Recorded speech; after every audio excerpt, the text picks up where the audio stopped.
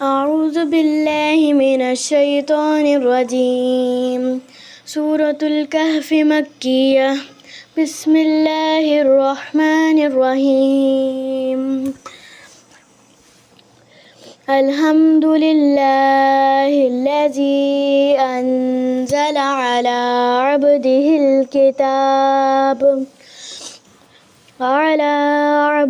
الكتاب ولم يجعل له عوجا قيما لينذر بأسا شديدا من لدنه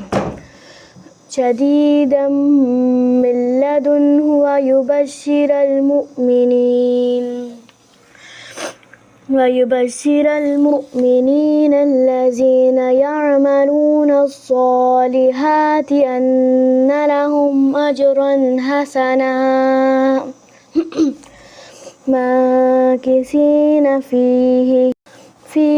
أبدا وينذر الذين قالوا اتخذ الله ولدا ما لهم به من علم ولا لآبائهم كبرت كلمة تخرج من أفواههم إن يقولون إلا كذبا فلعلك باخع نفسك على آثارهم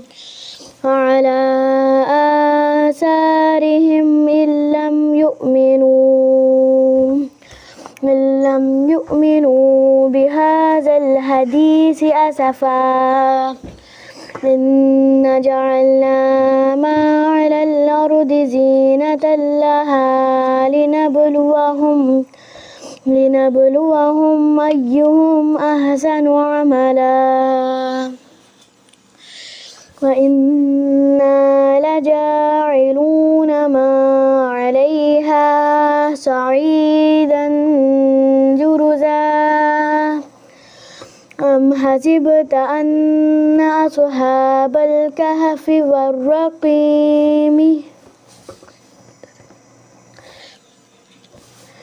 والرقيم كانوا من آياتنا عجبا إذ أوى الفتية إلى الكهف فقالوا ربنا آتنا من لدنك رحمة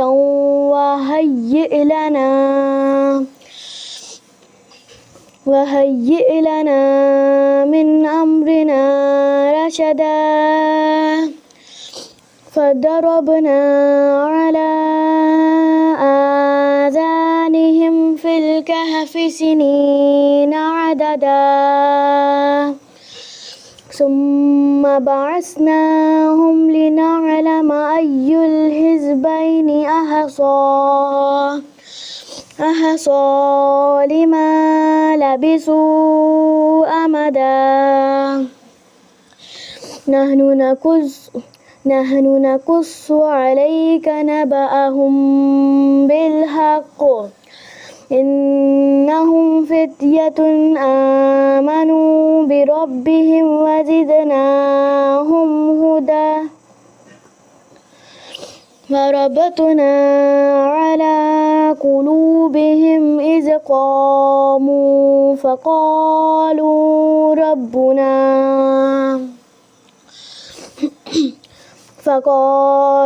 ربنا رب السماوات والأرض لن ندعو من دونه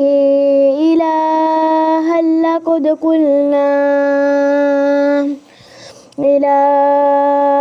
لقد قلنا إذا شططا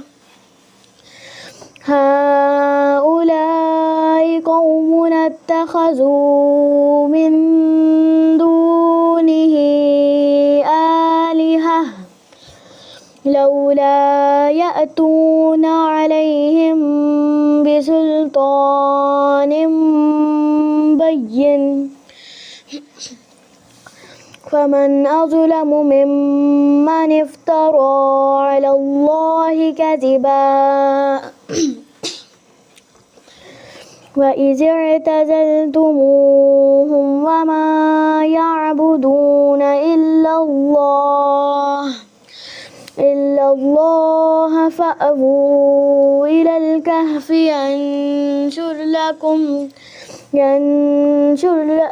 ينشر لكم ربكم من رحمته ويهيئ لكم من أمركم مرفقا وترى الشمس إذا طلعت تزاور عن كهفهم ذات اليمين